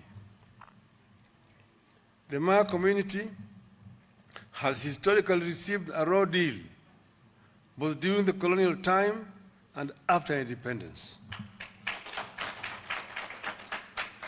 You have unified issues of land. You have unfinished issues of land, marginalization, human-wildlife conflict, traditions you hold dear, but that jeopardize your desire to march at the same pace with other communities, environmental degradation, and poverty, among others. The leaders of this community have decided that, unlike during the Lancaster Constitutional Conference, when representatives walked out in protest because they were getting a raw deal, this time round and going forward, you must stay put and fight at the table where all communities are gathered. I agree with you on this approach, and you have my full support. Indeed, you have always had my support, and you have given me your support in return, which I very much appreciate. We are all concerned about the historical and current marginalization of some parts of Kenya and the Maasai. That is why we came up with the counties in the 2010 Constitution, which others opposed. It is the reason we will continue to push for more funds and resources to be devolved to the counties. Had the BBI gone through, financial allocation to Kajiado would have risen by 6.3 billion from the current 6.4 billion to 12.8 billion. Would rise by 5 billion from the current 8 billion to 13 billion. Samburu's would rise by about 2 billion from the current 4.6 billion to 6.5 billion. Those billions that are on the verge of being denied to the Maa nation would work wonders in providing basics like water, dispensaries, hides and skins factories, slaughterhouses, schools and roads, among others. And that is why we are asking the Maa nation that we do not give up. We must join hands and fight to the end. We must begin working on interventions that will alleviate the deprivation of this community which this community has suffered. We need to prepare with emergency programs for the drought that hit the Maa community time and again. The response readiness must include rapid delivery of food, water, and medicine to the affected populations. We must be prepared for emergency responses to livestock diseases and provide the livestock keepers with hay when droughts like the one now looming on the horizon strike. It is my hope that the government is currently making plans for these initiatives, including livestock offtake by the Kenya Meat Commission and borehole drilling should the situation demand. We appreciate the critical first steps that the President took recently of declaring drought a national disaster and an emergency. That should enable the government to deploy all resources at its disposal and ensure timely and quick delivery of the relief supplies. We did it in Grand Coalition government, where President Uhuru Kenyatta was the Deputy Prime Minister and later the Minister for Finance. I will be at hand to assist. In the meantime, we strongly appeal to our development partners to support the affected communities as they have done before.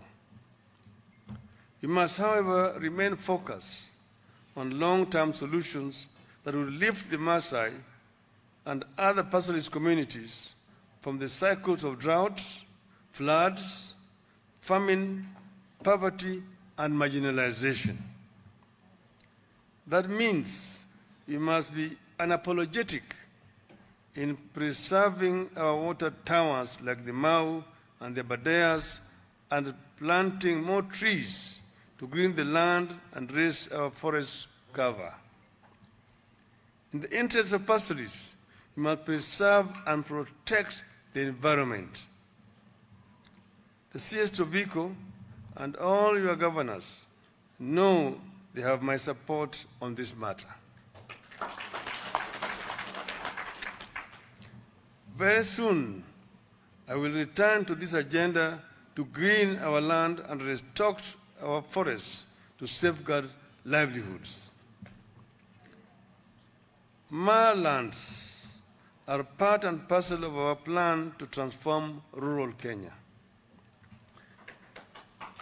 You are part and parcel of our plan for massive investment in rural infrastructure of access roads, reliable electricity, decent housing, clean water, and good public schools. You are part of our plan for creation of rural cottage industries. You must provide the Maasai lands with reliable, efficient, and quality healthcare services and provide efficient veterinary services. Those keen to try crop production, and there are many, should be helped to do so. In which case, we should be able to provide them with reliable agricultural extension services, tractor services, high-yielding seeds, help them with the reclamation of the land and preservation of water sources, and everything else they need to feed themselves and the nation. We must help the community access abattoirs and markets for their livestock and livestock products if we are to lift them from poverty. As I conclude, allow me to say something about two special groups, the Maasai women and the Maasai youth. In the end, the way out of marginalization, poverty, and myriad other injustices the Maa community continues to suffer, the way to help the community compete in the cash economy is the education of Maasai youths and empowerment of Maasai women. No community can grow when its women are kept down and denied opportunities. No community can have a future when its children are not getting modern education that prepares them and their community for the future. The Maa nation is not going to be any different. We must go all out and help Maasai youth access education. We must protect the Maa women and girls from gender-based violence, early marriages, and cultural practices like FGM. We must go all out to empower and support the Maasai women to go for political leadership at all levels and also increase their inclusion in government bureaucracy. Maasai women need our help to attain economic empowerment. On their own, Maa women have made Kenya known for cultural ornaments like beads, but they have not benefited much from it. With government support, Maasai cultural ornaments could easily be a massive network of cottage industries in rural areas, producing made-in-Kenya ornaments and preserving the Maa cultural heritage for commercial gain. We must scale up investment in education of girls and all the youth in Maasai land, in addition to investing in promoting skills and talents of the youth here. We must strengthen both the formal school system and the mobile school initiatives among pastoralist communities as a means of increasing access to education. We should consider affirmative action programs that force the government to take the burden providing modern infrastructure and items like tents in the case of mobile schools, solar power, books, desks, toilets, and sanitation, drinking water, and meals from the soldiers or pastoralists, parents, and their children. The challenges facing the Maa nation goes to underscore just how diverse we are in interests as a nation. They underscore the more reason we need to come together on one table, listen to each other, and chart a way forward as one people. Let us work together. I have said that I don't want supporters or followers. I have come to ask for partnership. I want us to walk hand in hand, bega kwa bega, until we reach our destination. And our destination was coined by our founding fathers, which says that God is help this land, a God-fearing nation. Justice be your shield and defender, a democratic society. May we dwell in unity, peace, and liberty, and plenty be found within our borders. In the Bible, the country where plenty is found is called Canaan. And that's the reason why I talked about was going to Canaan. That is what the founding fathers of our nation wanted. That is the Kenyan dream as coined by the founding fathers. We can realize it. Let us partner together and work towards that direction. We will reach that destination. Let us unite as one people. And this is what I've said. And then I say that what we want to achieve inawezekana. Inawezekana. Inawezekana. Amani. Umoja. Umoja. Uchumi bora. Uchumi bora. Asanteni sana. Thank you very much.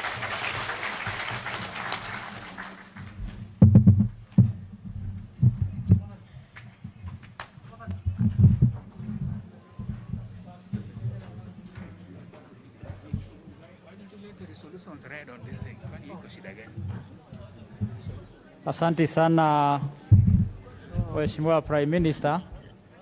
Sasa nataka nimuombe mtu wa kupeana mic, nimuombe mzee Sankori akuje mbele atusomee resolutions ambayo tumeweka ambayo tumeweka, alafu baada ya hiyo tutapata mwelekeo mwafaka. Asante.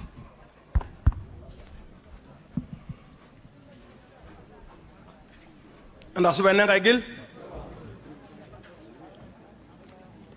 Allah isum mbabo gna bana ne magti adwele ke kunte ne weji na njere jobe yira bari arasho mbana nje njoidia na declaration ni. I'm going to read the declaration of this meeting,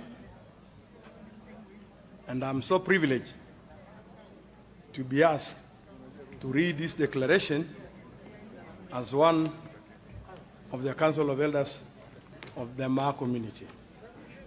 Declaration by the Maasai leaders and professionals. I said Maa leaders and professionals. We the people, drawn from the Maa Community, drawn from our 3 counties, mainly Kajiado, Narok, and Samburu, are keen to forge a united front and avoid disjoint and disorganized operations as we approach the next general election. As leaders of the region, we accept and take responsibility to unite our people and chart a political path that benefits all residents of the Maa counties. In this regard, we reaffirm our support for the effort of His Excellency the President Uhuru Kenyatta and the Right Honorable Raila Odinga to unite the country as a prerequisite for national development, and we will make effort to replicate the effort in our counties. We recognize that the Building Bridges Initiative, BBI, which is currently held by the court, was a positive effort in this bid to unite, to untie the country and enable us face our problems as one people of one country. In this regard, we renew our commitment to the value of democracy, freedom and respect for the rule of law, and commit to foster peace and national cohesion.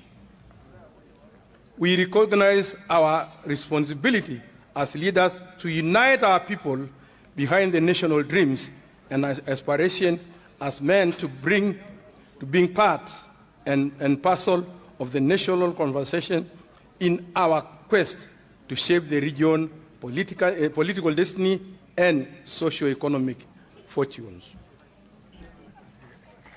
We recognize the deliberate effort by the national government to work closely with the county government of this region in effort to lift the region economically. Acknowledging the continued support accorded to the community by the national government and appreciating the various interventions by the national government to address challenges facing our various counties, Mao being one that was facing one of our counties. Appreciating the benefits of the prevailing peace in the country, which is a direct result of the close working relationship between His Excellency the President Uhuru Kenyatta and the Right Honorable Raila Odinga. We, the Maasai community, have met on this 13th day of September 2021 to deliberate on issues related to the forthcoming general election and slate for August 2022. Guided by our shared ties, varied and principled, we commit to work closely to achieve the socio-political aspiration for our people.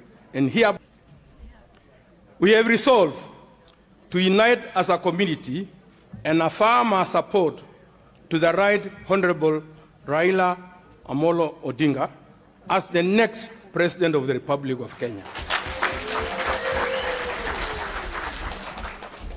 That this support is pegged on the past and current policy position that we are convinced will take care of the socio-economic aspiration of the Maa community and pastoralists in general. That we support indeed. We are part of the Azimio la Umoja, a call to unify as unveiled by Honorable Raila Odinga last month after consultation with a wide cross-section of the leaders.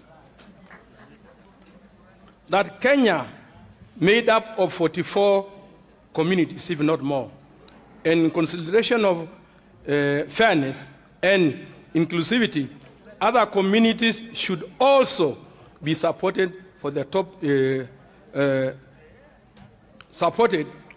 top leadership position to our beloved country.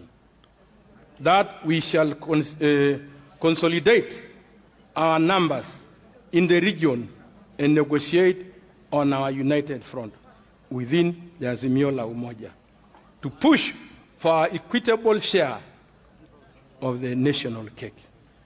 That our politics shall promote respect for each other, peace, stability, and national cohesion. Those are resolutions. That we shall continue to expound economic principles that promote pastoralist economy to ensure value addition to our produce, robust infrastructure development, as was said by His Excellency, the former Prime Minister, develop a micro and small and medium enterprises and skill priorities in the region and empower our women and youth. I'm glad, Honorable, you have actually mentioned that. That will push to ensure our youth are provided with opportunities to compete in the 21st century through access to quality education, information technology, and access to decent and well-paying jobs. So ile shell ambayo tunapewa mashell. That we fully support the government's comprehensive policies and programs on the Big Four agenda as means of realizing sustainable economic development in the country. That the national government provide an economic stimulus package for every growth sector, including transport, value addition, and agricultural business, to create employment and spur growth to the offtake, to offset the negative economic impact brought by COVID-19. That we support the President in the fight against corruption. We all and others to join in pursuing this agenda. We adopt. I request you to adopt on behalf of Western Kenya counties on the 13th day in Northwest. We are in part of Rift Valley. On behalf of the Maa Community, on behalf of the Maa Community, on this 13th day of September 2021. God bless our people. God bless Kenya. Thank you.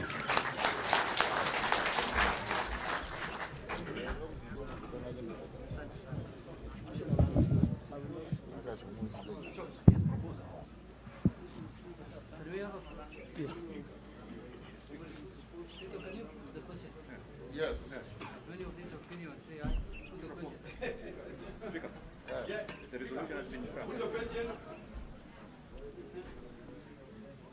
As many as of that opinion say aye.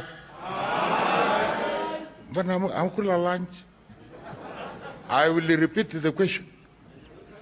As many as of that opinion say aye. Aye. As many of contrary opinion say nay. The ayes have it.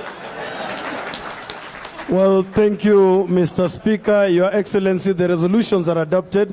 With your permission, request that we be upstanding for the national anthem of the Republic of Kenya.